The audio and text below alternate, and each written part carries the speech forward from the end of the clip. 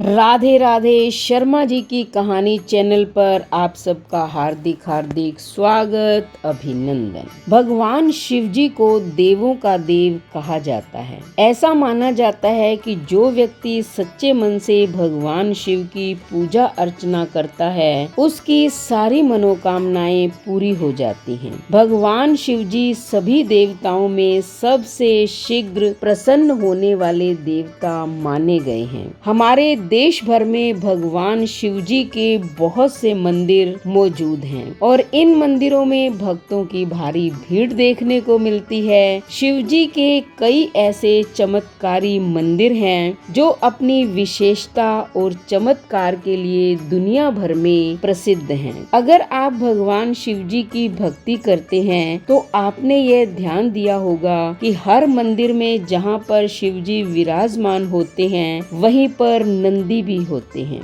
भगवान शिव जी के साथ साथ नंदी जी की भी पूजा की जाती है। परंतु क्या आपको यह पता है कि नंदी की पूजा क्यों की जाती है? भगवान शिव जी के साथ हर जगह पर उनके वाहन नंदी बैल की पूजा क्यों होती है? आज हम आपको इससे जुड़ी जानकारी बताने जा रहे हैं। पुराणों में इस बात का जिक्र किया गया है कि एक समय शिलाद नाम के ऋषि हुआ करते थे जिन्होंने लंबे समय तक भगवान शिव जी की तपस्या की थी। भगवान शिव जी ऋषि की तपस्या से बेहद खुश हुए और भोलेनाथ ने उन्हें नंदी के रूप में पुत्र दिया। शिलाद ऋषि एक आश्रम में रहा करते थे और उनका पुत्र भी उन्हीं आश्रम में शिक्षा प्राप्त कर रहा था। एक समय की बात है, शिलाद ऋषि के आश्रम में मित्र और वरुण नामक दो संत आए जिनकी सेवा का जिम्मा शिलाद ऋषि ने अपने पुत्र नंदी को सौंप दिया। शिलाद ऋषि के पुत्र नंदी ने दोनों संतों की खूब सेवा की। संत जब आश्रम से जाने लगे तो उन्होंने शिलाद ऋषि को लंबी आयु का आशीर्वाद दिया पर नंदी को नहीं दिया। इस पर शिलाद ऋषि काफी चिंतित हो गए। उन्होंने अपनी परेशानी को संतों के सामने रखा और संतों से इस बात का कारण पूछा। कुछ सोचने के बाद संत बोले, नंदी अल्पायु है। यह सुनकर शिलाद ऋषि के पैरों तले जमीन खिसक गई। इस बात को लेकर ऋषि बहुत ज्यादा चिंतित हो गए। शिलाद ऋषि अपने पुत्र नंदी को लेकर काफी चिंतित रहने लगे। जब नंदी ने अपने पिता को परेशान देखा तो उन्होंने एक दिन पूछ लिया कि क्या बात है, आप इतना परेशान क्यों हैं? शिलाद ऋषि ने अपने पुत्र को कहा कि संतों ने कहा है तुम अल्पायु हो, इसलिए मैं बहुत चिंतित हूँ। जब पिता की बात नंदी ने सुनी तो वे जोर से हंसने लगे और बोले कि भगवान शिव ने मुझे आपको दिया है, ऐसे में वो ही मेरी रक्षा करेंगे, इसलिए आप चिंता न करें। अपने पिता को नंदी शांत करके भुवन नदी के किनारे भगवान शिव जी की तपस्या करने चला गया। उन्होंने दिन रात तपस्या की और अंत में नंदी को भगवान शिव जी ने दर्शन दिए। शिव जी ने नंदी से उसकी इच्छा पूछी तो नंदी ने कहा कि मैं पूरी उम्र सिर्फ आपके साथ ही रहना चाहता हूँ। भगवान शिव जी नंदी से